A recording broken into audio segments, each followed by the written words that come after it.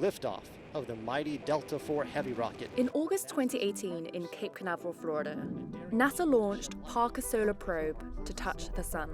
After spending a few years spiraling closer to our star, the spacecraft has finally surface. It's a giant mystery. Two of the most challenging solar probe mission is to fly through the solar corona, and we are doing that now. So what does it mean to touch the sun?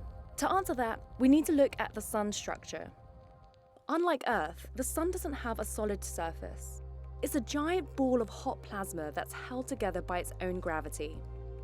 Solar material flows out from the surface, but around the sun, it's bound by the sun's gravity and magnetic field. This material forms the sun's atmosphere, the corona. Eventually, some of this hot and fast solar material escapes the pull of the sun and gushes out into space as solar wind. The boundary that marks the edge of the sun's atmosphere is known as the Alphane critical surface.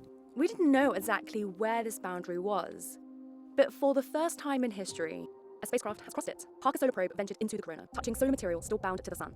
The wispy corona is too faint to see most of the time, but it's revealed during total solar eclipses. For centuries, we've been studying the sun's atmosphere during eclipses because it's important for understanding how our star influences life in the solar system. But much about the corona remains a mystery.